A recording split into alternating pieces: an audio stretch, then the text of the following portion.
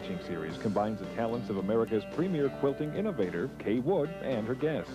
They present styles and ideas that span the globe, including quilting, new patterns, home decor, and even wearable art.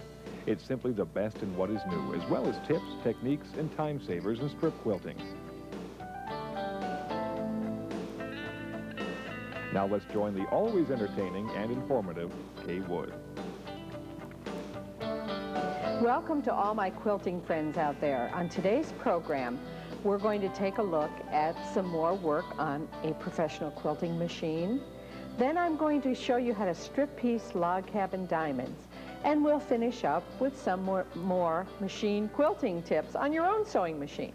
First, I'd like you to meet my guest. This is Julie Borg. Hi, Julie. Hi, Kay.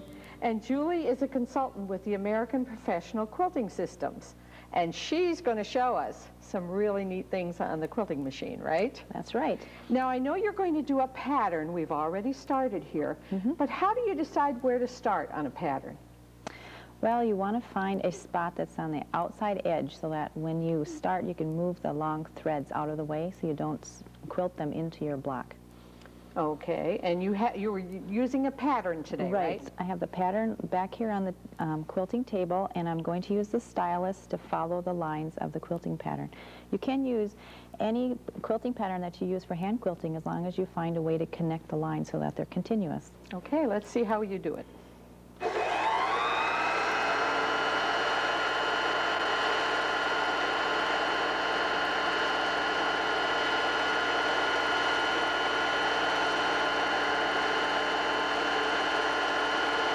That's a really pretty pattern, but it looks pretty intricate.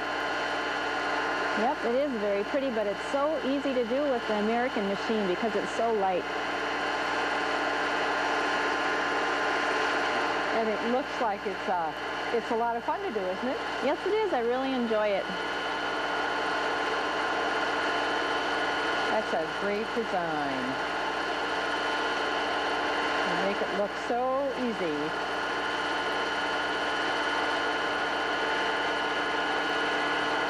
Now, is this called anything different than a pattern stitch? No, it's used to fill open blocks on your quilts. Like if you have a plain block that you want to put a pattern in, this is what you could do. Okay. And now I'm going to cut the thread. First I will push the thread cutter to cut the bobbin thread, and then I can cut the top threads. Okay. And now I'm going to show you how to do some meandering. And you brought a little quilt here for us. I'll just move it here, and this has meandering. Now, Julie, what is the difference between the meandering and the stippling stitch? Basically just the size. The stippling is used to highlight other areas that you've quilted, like a feather. So to flatten that area. Right, it flattens out the background. And the meandering is used as an all-over type of quilting to quilt the whole quilt. Now, where would you start doing a meandering stitch like this? I start in the upper left-hand corner and work in from there, and I work my way across and down and then back up and continue across the quilt that way. Okay, never crossing lines. Right. You try to avoid that at all costs. Now, the meandering and stippling, are those techniques that you cover in the workshops that you teach? Yes, we do. We cover that as well as loading, border designs, filling open blocks, cross-hatching, echo quilting, outlining, a wide range of things, as well as answering any questions that people may have. Sounds like about a 6-week workshop, right? Well, it probably could be, but it only takes a day. It's a hands-on workshop where people get the chance to try each technique that I show them so that they'll remember it when they go home to their own machines. Great. Well, one day, that sounds like a lot to cover. Yeah, but I'm always available for questions so people can call and ask. Great. Okay, let's see how you do the meandering. Okay. Well, the Ultimate one has a really nice feature called the single stitch button, and it allows you to pull your bobbin thread up with just a little tap on the button. So it comes up automatically. And now we will start the meandering.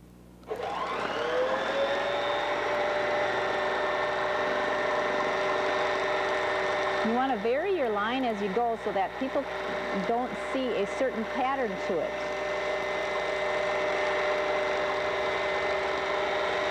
You know, of all the stitches you've shown us, I would almost bet that this would take a little bit more practice because of the spacing of the lines. Well, it does take some practice, but it's very easy to do. The American machine is so light and maneuverable that it's just very simple. What do you say to the people who want a pattern to do this? Well, draw your own. Do your own thing, right? Yeah. It's just very much just freehand and however you feel you want to go.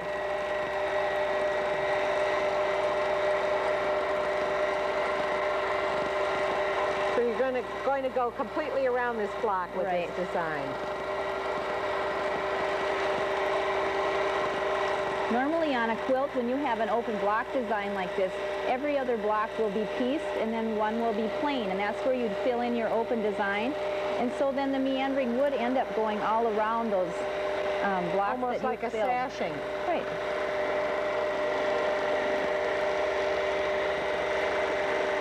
And it really gives it a neat look and pretty texture. And you make it look so easy. And you know something? I have tried it, and I can verify it is that easy. It is. Easy to move and easy to do the designs and fun.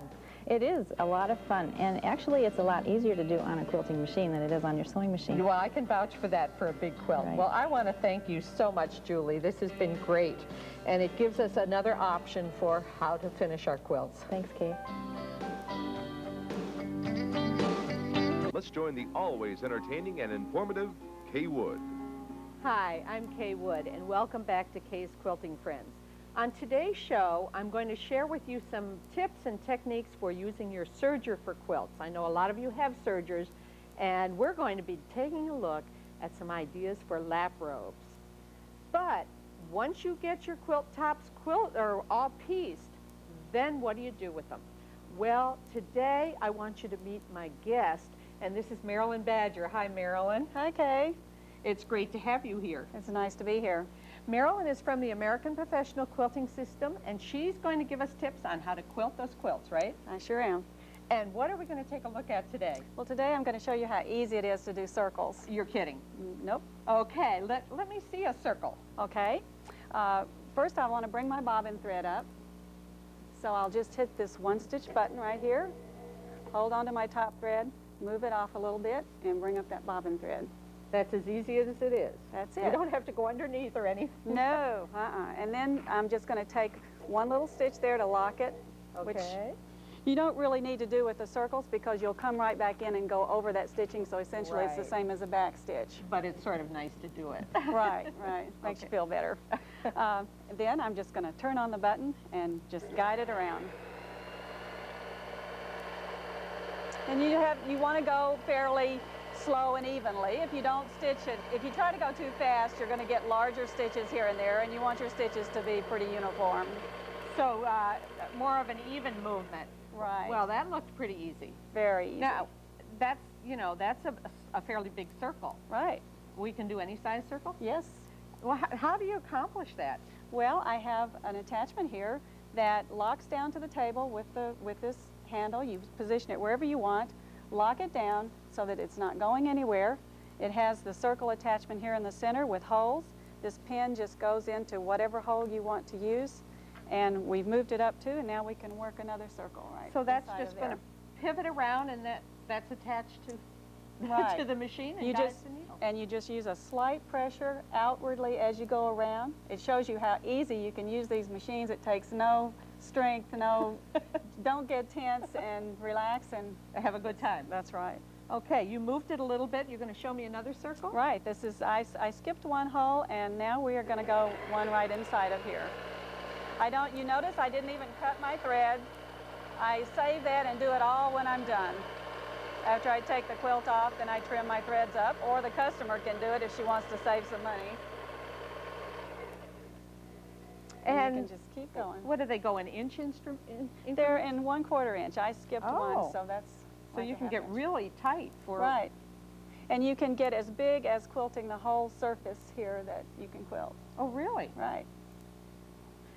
Now, we have to say something about this. This was designed by your husband, Yes, wasn't it was, and it's called the Hartley fence. Because his name's Hartley. Right. Okay. And you can take the circle attachment off and put a diagonal on and do perfect diagonals too, which was impossible before without some help. Right. Okay, what else are we going to do here with our circles? Well, we can just put this back in the first circle that we did, and loosen the brake, come right back down here to the edge, the very far edge of the previous circle that we did. So you're just touching the edge? Right. I put my needle down just so that I can adjust it out and get any slack out. And then I'll tighten my brake, and we can do a circle that just butts right up next to that previous one. And you could use this pattern just as an all-over quilt pattern. And it leaves interesting little areas in between the circles where they come together that you can do stippling or any other kind of little quilting you want to do in there. It right on, perfect. doesn't it? Now, do you have to do a complete circle? No, you don't. You can do half circles. You can actually do the Baptist fan by just doing quarter circles and moving it along. And I also don't cut my threads in between that, and you can do the whole row and never stop. Just wait for that needle positioner to cycle in and go again. Well, hey, that sounds easy enough. Do we have some, let's take a look at some quilts that have some finished circles. Okay. Yes, this one is a jewel box, and it has circles worked in those center blocks in variegated thread, just several inside of one another. And then it has also diagonal stitching up through the blocks with the diagonal attachment.